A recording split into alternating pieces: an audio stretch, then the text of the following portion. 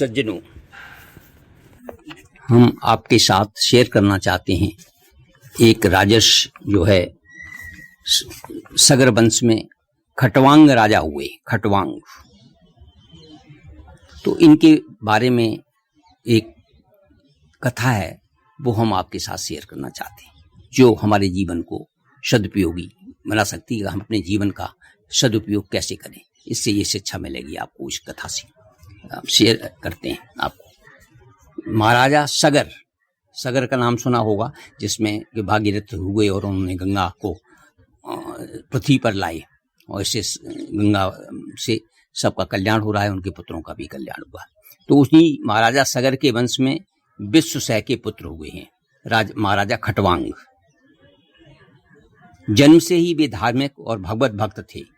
स्वर्गादिक लोक देने वाले सकाम कर्मों में उनका अनुराग नहीं था। वे लक्ष्मी, राज्य, ऐश्वर्य, स्त्री, पुत्र तथा परिवार में भी आसक्त नहीं थे। कर्तव्य बुद्ध से भगवत सेवा मानकर भी वे प्रजा पालन किया करते थे। राजा थे तो उन्होंने शरणागत की रक्षा का व्रत ले रखा था। उनका इतना महान पराक्रम था, प्रभाव था कि जब भी देवता असुरों से पराजित हो जाते थे तब वे इनकी शरण लेते थे। इतना प्रभाव था, इतने प्रभावशाली राजा थे। उन दिनों असुर प्रबल हो रहे थे। महाराजा को बार बार देवताओं की सहायता के लिए जाना पड़ता था। एक बार असुरों को पराजित कर महाराजा स्वर्ग से पृथ्वी पर लौट रहे थे। तभी देवताओं ने उनसे इच्छानुसार वरदान मांगने को कहा।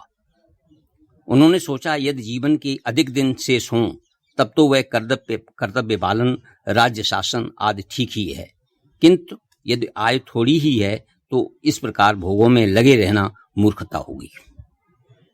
इस मनुष्य का शरीर का पाना अत्यंत कठिन है।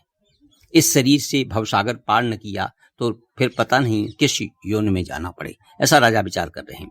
ये देवता भी भोगों में लिप्त रहते हैं, अतः स्वयं आत्मज्ञान रहित हैं। ये मुझे कैसे मुक्त कर सकते हैं? यह सोचकर उन्होंने देवताओं से पूछा।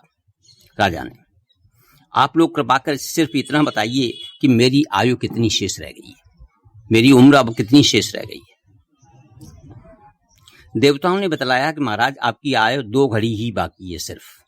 देवता दीर्घायु दे सकते थे, किंतु महाराजा को शरीर का कोई मोह नहीं था और न ही भोगों में कोई आसक्त रह गई थी उनकी, क्योंकि इतना राज्य उन्होंने भोग लिया था। वे शीघ्र परम पवित्र भारतवर्ष में पहुंचे और भगवान के ध्यान में मग्न हो गए। महाराजा खटवांग का मन एकाग्र भाव से भगवान में लगा था। शरीर कब गिर गया, शरीर का अंत कब गिर गया, इसका उन्हें पता तक नहीं चला। इससे यह शिक्षा मिलती है, इस प्रसंग से हमें यह शिक्षा मिलती है कि महाराज की आयु तो उस समय 2 घड़ी बची थी, किंतु हम सबको यह भी नहीं पता है कि दो पल भी आयु शेष है या नहीं।